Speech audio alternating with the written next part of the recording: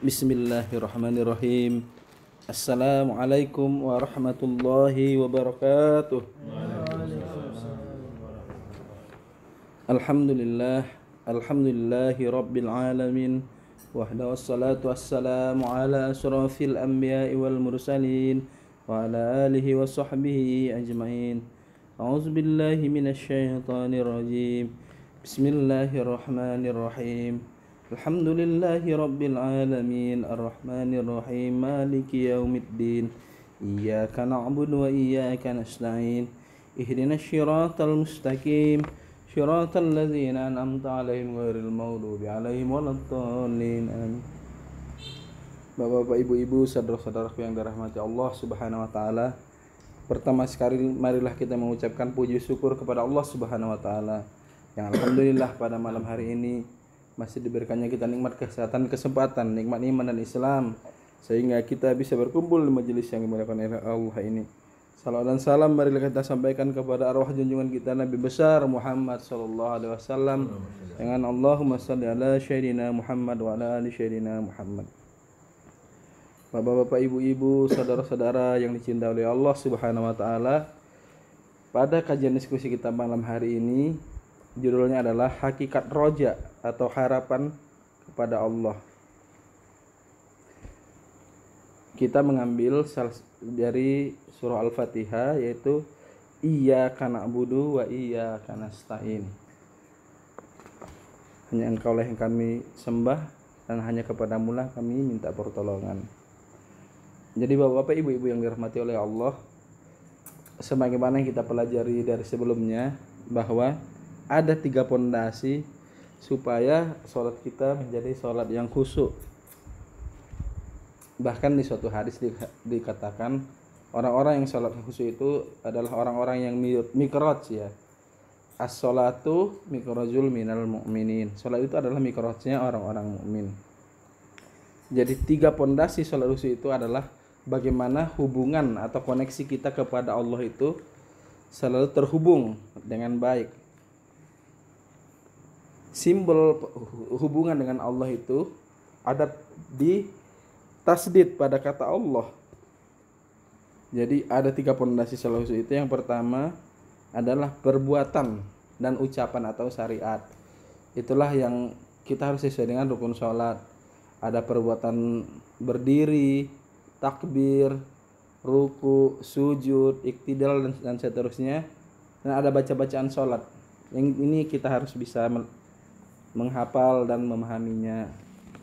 Yang kedua yaitu bagaimana kondisi hati kita di dalam sholat. Kondisi hati kita itu ilahi anta maksudi waridoka matlubi, hanya Allah tujuannya, jangan ada yang lain. Kita sholat benar-benar pengen mengharapkan ridho Allah, mengharapkan perjumpaan dengan Allah. Jangan kita sholat ada yang lain tujuannya gitu. Itulah yang kedua, bagaimana kondisi kita, hati kita benar-benar berthariqah, berjalan menuju Allah. Yang ketiga adalah bagaimana menuju Allah dengan mengembalikan ataupun haknya kepadanya Allah. Jadi apa yang menjadi haknya Allah kita kembalikan kepada Allah, karena disitulah kita berjalan menuju Allah. Apa itu Bapak Ibu? Ada 7 hak Allah di dalam diri kita. Yang pertama, kita bisa melihat karena Allah Maha melihat. Kita bisa mendengar karena Allah Maha mendengar. Kita bisa hidup karena Allah Maha hidup. Kita bisa bicara karena Allah Maha berkata-kata dan seterusnya. Jadi apa yang menjadi haknya Allah kita kembali kepada Allah. Jadi sebelum kita sholat kita merasakan ya yang berdiri itu ya karena Allah, yang melihat itu ya karena Allah. Jadi kita tidak bisa melihat, tidak bisa mendengar, kita ini lemah hina gitu di hadapan Allah. Barulah kita setelah koneksi ini tercipta, barulah kita insya Allah akan sholatnya khusyuk sesuai dengan pondasi sholat khusyuk tadi. Kemudian selain pondasi sholat khusyuk, ada juga namanya 3 pondasi hati atau jiwa. Kenapa jiwa ini perlu 3 pondasi? Karena jiwa kita ini mudah goyang. Ya, jadi awalnya bisa khusyuk, nanti lari dia ke sana kemari gitu. Jadi supaya dia kuat, 3 pondasi ini harus ada di dalam jiwa kita. Apa itu? Yang pertama adalah cinta atau mahabbah. Yang kedua adalah takut atau khauf. Yang ketiga adalah harap. Harapannya hanya kepada Allah. Jadi ada 3 pondasi: cinta, mahabbah, takut atau khauf, dan juga harap atau dibilang roja. Kita disuruh memang cinta kepada Allah. Bagaimana kita supaya cinta kepada Allah? Kita bisa melihat di surah Ali Imran ayat 31. Apa kata Allah di situ? Hai Muhammad, kalau mereka memang cintaiku, mereka akan tunduk kepadamu, kata Allah.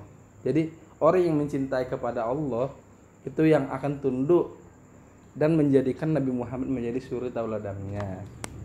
Kalau menurut surah Ali Imran ayat 1. Kemudian selain cinta, kita disuruh harus takut. Takut kepada Allah, takut kepada mungkin bagaimana nanti azab Allah, takut kepada hari akhirat, takut kepada hari kiamat, takut kepada siksa kubur. Itu harus nggak apa-apa, takut itu muncul. Harus dimunculkan. Cinta kita kepada Allah, rasa takut, harap. Jadi harapan kita nggak ada yang lain, hanya Allah. Ada harapan gitu. Semoga ya Allah memasukkanku dalam surga. Semoga Allah nanti atau Nabi Muhammad mensyafaatkan aku. Ada secerca harapan itu. Jangan sampai harapan itu nggak ada. Nah, inilah 3 pondasi jiwa. Jadi jika cinta, takut, harap itu udah kelak dan menyatu, barulah benar-benar bisa sholat khusyuk dia tadi. Kondisi hatinya toreko tadi terhubung terus kepada Allah. Itulah 3 pondasi hatinya. Ini perkataan seorang ulama ya. Barang siapa beribadah kepada Allah dengan cinta saja, maka dia seorang yang zindik. Jadi nggak bisa dengan hanya satu cinta aja. Barang siapa beribadah hanya dengan khauf saja, dia itulah khawarij. Jadi orang-orang sekarang itu banyak khauf. Allah nanti kita disiksa, ya enggak, kurang, nggak bisa. Ya boleh sih nggak apa-apa, tapi nggak lengkap gitu. Barang siapa beribadah hanya dengan rasa harap saja, maka dia seorang murji'ah. Tapi kata sahabat tersebut, barang siapa beribadah dengan khauf, cinta dan harap, dialah seorang mukmin. Jadi harus 3-tiganya, 3 pondasi tadi. Iya, baru lengkap dia.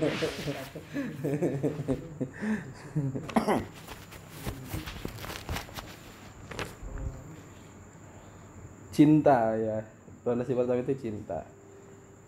Jadi di hadis riwayat Muslim juga dikatakan bahwa seseorang itu akan bersama dengan apa yang dicintainya di akhirat nanti. Jadi kalau di dunia kita mencintai Rasulullah, nanti insya Allah di akhirat akan dikumpulkan dengan oleh Rasulullah juga. Oke. Kemudian selanjutnya, bagaimana kita bersungguh-sungguh menuju Allah. Bagaimana kita supaya bersungguh-sungguh menuju Allah? Yang pertama, kita harus sering bertaubat, beristighfar. Jadi setiap hari pasti kita ada melakukan kesalahan. Jadi kita istighfar minimal 70 kali atau 100 kali lebih baik setiap hari. Yang kedua, berzikir, mengingat Allah untuk membersihkan hati dari sifat-sifat buruk. Sifat-sifat misalnya ujub, riya, sum'ah, dan semuanya kita berzikir minta Allah menghilangkan. Yang ketiga, bertawakal kepada Allah. Bertawakal itu maknanya ya melakukan apa yang disuruh Allah, meninggalkan apa yang dilarangnya. Kemudian menggantungkan hidupnya kepada Allah, bergantung kepada Allah. Kata ulama, kata hadis ya, siapa yang menggantungkan hidupnya kepada Allah, maka Allah yang akan mengurus urusannya tersebut. Jadi siapa yang menyerahkan urusannya kepada Allah, Allah yang akan mengurus urusan tersebut. Yang terakhir adalah berdakwah. Kemudian surah Al-Ankabut ayat 69 itu memang Allah mengatakan orang-orang yang berjihad untuk mencari keridhaan kami, kata Allah, benar-benar akan kami tunjukkan kepada mereka jalan-jalan kami. Jadi orang-orang yang kita benar-benar bersungguh-sungguh, ya seperti kayak sekarang ini hujan badai dilewatin ya kan. Jadi Allah akan memberikan, sia-sia ya. tidak akan sia-sia. Akan ditunjukkan sama Allah jalan-jalannya, ditunjukkan, dikasih pemahaman, dikasih rasa, kasih ilmu. Tuh. Lanjutnya, berharaplah, yang ketiga itu berharaplah hanya kepada Allah. Kenapa kita harus berharap kepada Allah? Kenapa harapan itu harus ada? Ini dasar yang pertama. Lillahi ma fis samawati wa ma fil ardh. Ini seluruh yang ada di langit dan di bumi adalah kepunyaan Allah. Jadi apapun itu, mau dia orang jahat, pembunuh, jin, itu semuanya kepunyaan Allah. Jadi disitulah kita berharap, karena semua Allah yang mengendalikannya.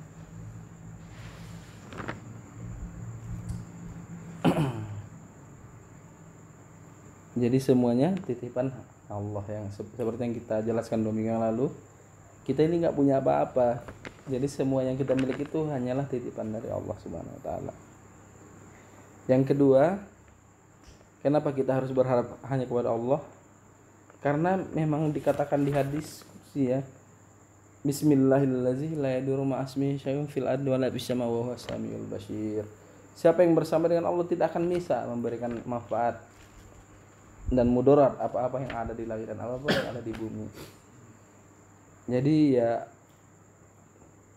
setelah kita memang berharap hanya kepada Allah.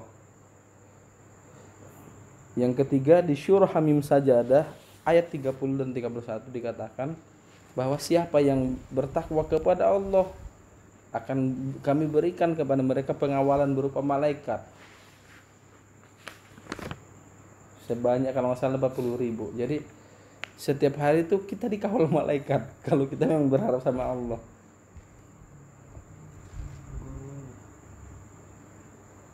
Jadi terus di surah Al-Anfal ayat 29 apa yang dikatakan Allah? Jika kamu bertakwa kepada Allah, kami akan memberikan kepadamu Al-Furqan. Yang beda. Jadi jadikanlah sabar dan sholat sebagai penolongmu, dan sesungguhnya yang demikian itu sungguh berat. Jadi sabar dan sholat itu berat, kecuali bagi orang-orang yang khusyuk. Makna khusyuk di situ tuh orang yang meyakini bahwa mereka akan menemui Tuhannya dan akan kembali kepadanya, atau innalillahi wa inna ilaihi rajiun. Jadi orang yang khusyuk itu dia selalu mengingat, oh nanti aku akan balik kepada Allah. Jadi dunia ini sebentar aja, nanti aku mau balik mau bawa apa yang kepada Allah, apakah hati yang kotor, apakah hati yang bersih gitu. Jadi intinya orang yang khusyuk itu orang yang selalu ingat sama kematian lah ya. Makanya orang-orang yang khusyuk itu harus mati dulu, mutu qabla an tamut. Jadi dia ingat terus mati. Orang ya dibilang mati sebelum mati itu ya orang masih konsen dunia, dia udah konsen akhirat karena udah mati duluan. Nah gitu. Mungkin itu aja pengantar diskusi kita malam hari ini. Jika ada yang mau bertanya, kami persilahkan. Wabillahi taufiq wal hidayah. Wassalamualaikum warahmatullahi wabarakatuh.